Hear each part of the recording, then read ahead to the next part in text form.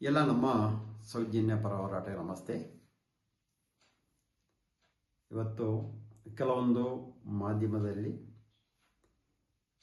ನಮ್ಮ ರಾಜ್ಯದ MLA ಅವರು ಅಂದರೆ ಜನನಾಯಕರು, ಜನರಿಂದ ಆಯ್ಕೆಯಾಗಿ ಜನಸೇವೆ ಮಾಡಲೆಂದೇ ಬಂದವರು ಒಂದೊಂದು ಸ್ಟೇಟ್ಮೆಂಟ್ ಕೊಡ್ತಾ ಇದ್ದಾರೆ. ಅದರ ವಿಷಯದಲ್ಲಿ ಒಂದಿಷ್ಟು ಮಾತಾಡೋಣ ಅಂತ ಈ ಒಂದು ವಿಡಿಯೋ ಮಾಡ್ತಾ ಇದ್ದೀನಿ. ಇವತ್ತೊಂದು MLA ಅವರ ಸ್ಟೇಟ್ಮೆಂಟ್ ನೋಡ್ತಾ ಇದ್ದೀನಿ. ಷಡ್ಯಂತ್ರ ಮಾಡಿದವರನ್ನು ಗುಂಡುಕ್ಕಿ ಕೊಲ್ಲಬೇಕಂತ. ಅದು ಸಂತೋಷವಾಗಿ ಸ್ವೀಕರಿಸಬೇಕು. ಅದು ಯಾರಾದರೂ ಆಗ್ಬೋದು.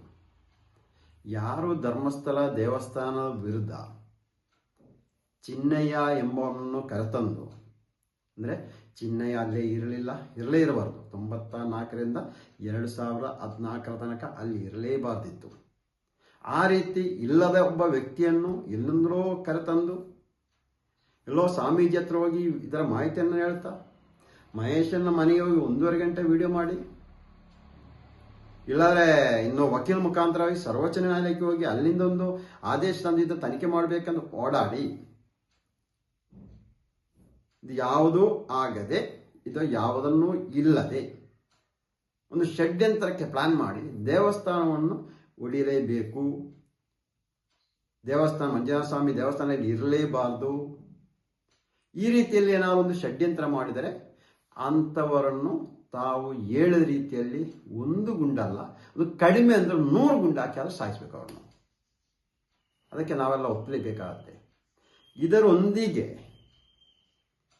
ಧರ್ಮಸ್ಥಳ ಗ್ರಾಮದಲ್ಲಿ, ಅಂದರೆ ಬೆಳ್ತಂಗಡಿ ತಾಲೂಕು ಧರ್ಮಸ್ಥಳ ಗ್ರಾಮದಲ್ಲಿ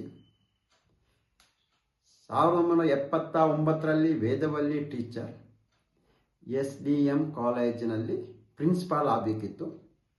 ಆ ಪ್ರಿನ್ಸಿಪಾಲ್ ಹುದ್ದೆಗೋಸ್ಕರ ಸ್ವಲ್ಪ ಫೈಟ್ ಮಾಡ್ತಾ ಇದ್ದ ವೇದವಲ್ಲಿ ಟೀಚರನ್ನು ಜೀವಂತವಾಗಿ ಸೀಮೆಯನ್ನು ಸುರಿದು ಸುಟ್ಟಾಕಿರುವವರನ್ನು, ಅದೇ ರೀತಿಯಲ್ಲಿ SDM ಕಾಲೇಜಿನ 2nd PUC ವಿದ್ಯಾರ್ಥಿ ಆಗಿದ್ದ ಪದ್ಮಲತಾ, ನನ್ನ ಸಂಬಂಧಿ ಪದ್ಮಲತಾ ಹೆಣ್ಮಗಳನ್ನು ಧರ್ಮಸ್ಥಳ ಬಸ್ ಸ್ಟ್ಯಾಂಡ್ನಿಂದ ಅಂಬಾಸಿಡರ್ ಕಾರಲ್ಲಿ ಅಪಹರಣ ಮಾಡಿ ಅಲ್ಲಿಯ ಪ್ರಭಾವಿ ವ್ಯಕ್ತಿಗಳ ವಸತಿ ಗೃಹದಲ್ಲಿ ಅತ್ಯಾಚಾರ ಮಾಡಿ ಕೊಲೆ ಮಾಡಿ, ಕುದ್ರಾಯ ನದಿಯಲ್ಲಿ 57 ದಿನ ನಂತರ ಬಾಡಿ ಸಿಕ್ಕರು, ಅಲ್ಲಿ ಕುದ್ರಾಯ ನದಿಯಲ್ಲೇ ತಂದು ಬಿಸಾಕಿರುವ ಅವರಿಗೂ, ಅದೇ ರೀತಿಯಲ್ಲಿ ಅಲ್ಲಿ ಆನಮಾವತ, ಎಷ್ಟೋ ವರ್ಷದಿಂದ ಅಲ್ಲಿ ನೆಲೆಸಿರುವ ಆನಮಾವತ, ಆ ಸರ್ಕಾರಿ ಭೂಮಿಯಲ್ಲಿ ನೆಲೆಸಿರೋರು, ಈ ಆನಮಾವತನ ಅನ್ನು ಅವರಿಬ್ಬರನ್ನು ತಲೆ ಮೇಲೆ ಕಲ್ಲೆತ್ತಾಕಿ ಭೀಕರವಾಗಿ ಕೊಲೆ ಮಾಡಿರೋರನ್ನು, ಕೊಲೆ ಮಾಡಿಸಿರೋರನ್ನು, ಅದೇ ರೀತಿಯಲ್ಲಿ ಧರ್ಮಸ್ಥಳ ಗ್ರಾಮದ ಪಾಂಗಲ ನಿವಾಸಿ ಸೌಜನ್ಯ, ಆ ಹೆಣ್ಣು ಮಗಳು SDM ಕಾಲೇಜಿನ ವಿದ್ಯಾರ್ಥಿ, 1st PUC ವಿದ್ಯಾರ್ಥಿ.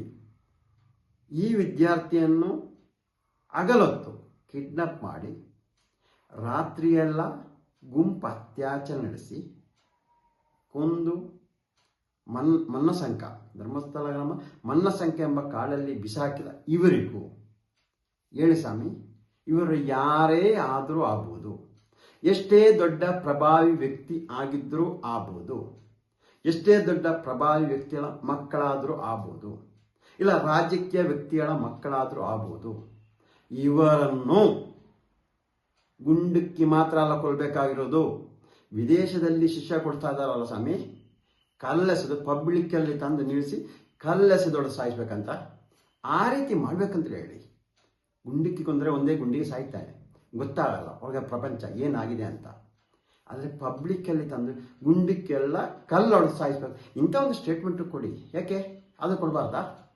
ಹಂಗಾರೆ ತಮ್ಮೆಲ್ಲ ಪ್ರಕಾರವಾಗಿ ಧರ್ಮಸ್ಥಳ ಗ್ರಾಮದಲ್ಲಿ ನಾವು ಹೇಳುವ ಪ್ರಕಾರವಾಗಿ ಅಲ್ಲ, ಇನ್ನಿತರರು ಹೇಳುವ ಪ್ರಕಾರವಾಗಿ, ಗ್ರಾಮದವರು ಹೇಳುವ ಪ್ರಕಾರ ಅಲ್ಲಿ ಯಾವುದೇ ಕೊಲೆಗಳು ಆಗಿಲ್ಲ, ಅಲ್ಲಿ ಯಾವುದೇ ಹೆಣ್ಣು ಮಗಳಿಗೆ ಆಸೆಟ್ ಹಾಕಿ ಕೊಲೆ ಮಾಡಿಲ್ಲ. ಹಂಗೆ ಚಿನ್ನಯ್ಯ ಹೇಳುವ ರೀತಿಯಲ್ಲಿ ಸ್ಕೂಲಿಗೆ ಹೋದ ಹೆಣ್ಣು ಮಗಳನ್ನು ಯಾರು ಊತಾಕಿಲ್ಲ. ಅದೇ ರೀತಿಯಲ್ಲಿ ನಾನು ಕೊಟ್ಟಿರುವಂತಹ ದೂರು SIT ಅವರಿಗೆ ಬೋಳಿಯರಲ್ಲಿ 13ರಿಂದ 15 ವರ್ಷ ಹೆಣ್ಣು ಮಗಳನ್ನು ಯಾರೋ ಅತ್ಯಾಚಾರ ಮಾಡಿ ತಂದು ಮರದ ಬುಡದಲ್ಲಿ ಇಟ್ಟು ಆ ನಂತರ ಯಾವುದೇ ಒಂದು ಕಾನೂನು ಪ್ರಕ್ರಿಯೆ ಇಲ್ಲದೆ ತಂದು ಊತ ಹಾಕಿರೋ ವಿಷಯ ಅದು ನಡೆದಿಲ್ಲ ಅಲ್ವಾ? ಇದು ಯಾವುದು ನಡೆದಿಲ್ವ ಹಂಗಾರೆ? ತಾವೆಲ್ಲ ಇರಪ್ಪ ಯಾವುದು ನಡೆದಿಲ್ಲ.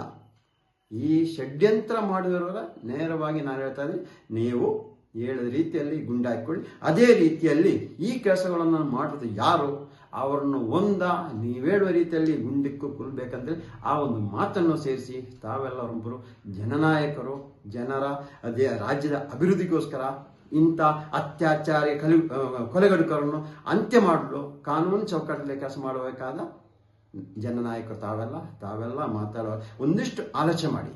ನಾವೇನಲ್ಲಿ ದೂರ ಇಲ್ಲ.